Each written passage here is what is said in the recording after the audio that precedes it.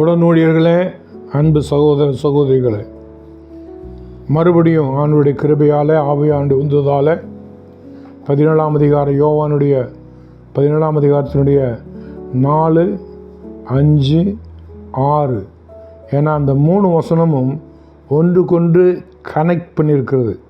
அதனால தான் அந்த 3ஐயும் சேர்த்து வாசித்து அதிலிருந்து நமக்கு ஏற்ற மன்னாவை நமக்கு நம்முடைய ஆத்துமாவுக்கும் சரீரத்துக்கும் சிந்தைக்கும் ஏற்ற மன்னாவை ஆவியானவர் கொடுப்பாராக.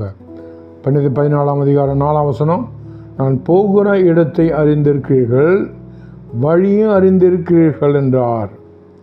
5ஆம் வசனம், தோமா அவரை நோக்கி, தோமா ஆண்டவருடைய ஒரு சீசன், ஆண்டவரே நீ போகிற இடத்தை அறிவோமே, வழியை நாங்கள் எப்படி அறிவோம் என்றான். 6ஆம் வசனம், அதற்கு இயேசு, நானே வழியும் சத்தியமும் ஜீவனுமாயிருக்கிறேன், என்னை அல்லாமல் ஒருவனும் பிதாவினிடத்தில் வர முடியாது அல்லது வரமாட்டான். பாருங்கள், 4, 5, 6 3 ஒன்றுக்கொன்று பின்னி இணைந்த சத்திய வசனங்களாக இருக்கிறது. ஸோ 4ஆம் வசனம் சொல்லுகிறார், நான் போகிற இடத்தை அறிந்திருக்கிறீர்கள். உண்மையானபடி அவங்களுக்கு தெரியாது.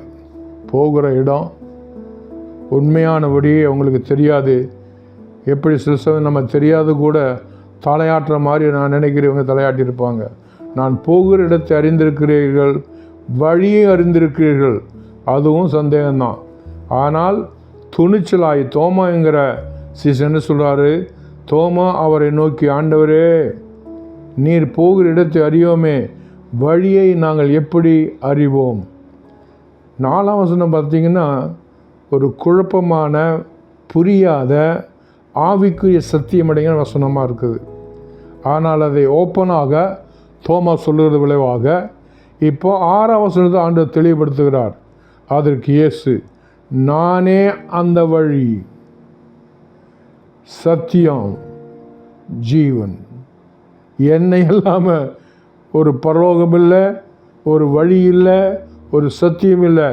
இயேசுவாகிய நான் காட்டுற வழியில் போகிறதில்ல, நான் தான் அந்த வழி, நான் தான் அந்த சத்தியம்.